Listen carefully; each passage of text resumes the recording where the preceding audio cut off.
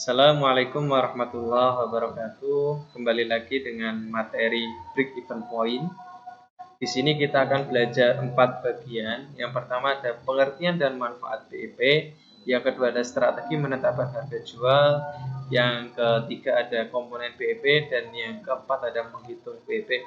Selanjutnya kita mengenal dulu apa arti BEP. BEP adalah suatu titik atau keadaan di mana perusahaan di dalam operasinya tidak memperoleh keuntungan dan tidak menderita kerugian. Atau bisa dikatakan di sini kerugian atau keuntungannya sama dengan nol. Nah, di sini ada beberapa hal atau istilah dalam BEP, yaitu BEP itu bisa diartikan titik impas atau titik balik modal. Baik, selanjutnya. Nah, di sini BEP itu ada manfaatnya. Kenapa kita harus menghitung? Yang pertama ada alat perencanaan untuk menghasilkan laba.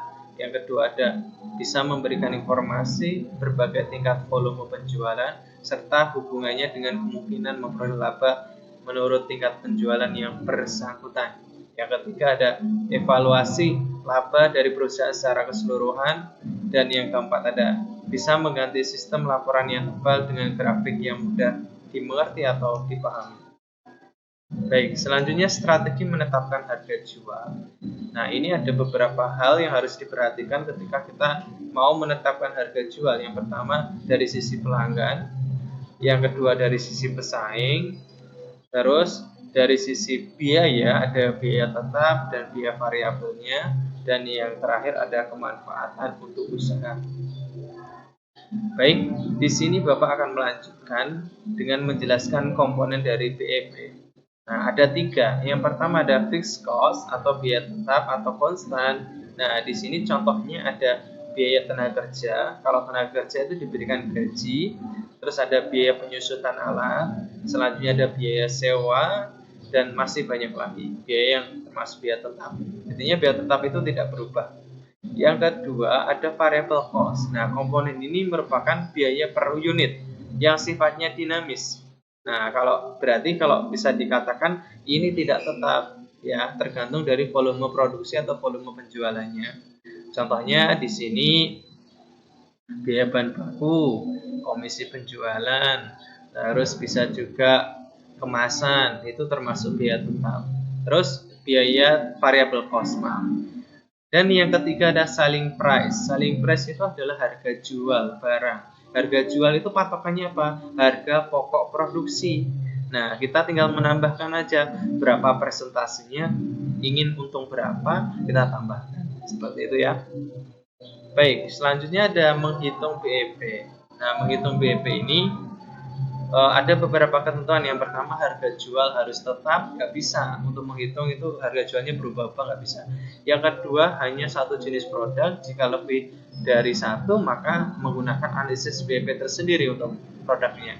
Yang ketiga ada produksi harus stabil, dan yang terakhir ada semua biaya besaran produksi dapat diukur secara nyata atau fakta atau data yang realistik. Baik, kita bahas satu persatu. BEP dalam unit, intinya di sini adalah berapa unit yang harus diproduksi untuk mencapai balik modal. Nah, di sini bisa kita katakan rumusnya adalah BEP unit sama dengan fixed cost dibagi harga kurangi variabel, ya, variabel cost. Nah, ini keterangannya.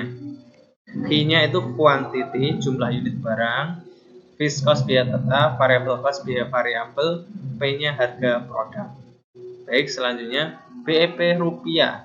BEP rupiah berarti menggambarkan berapa besarnya penerimaan kita secara rupiah. Berapa?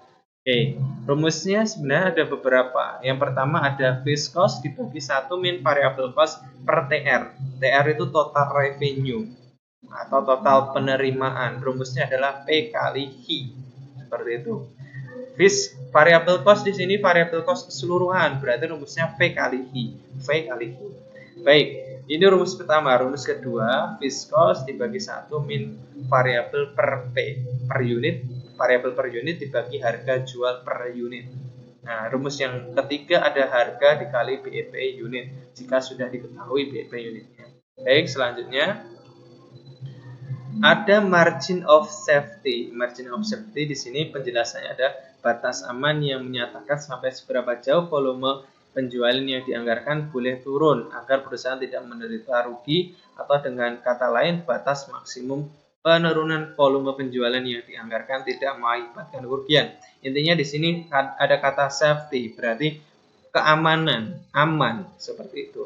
Jadi tidak boleh turun dari batas yang sudah ditetapkan. Di sini harus ada indikator rencana penjualan.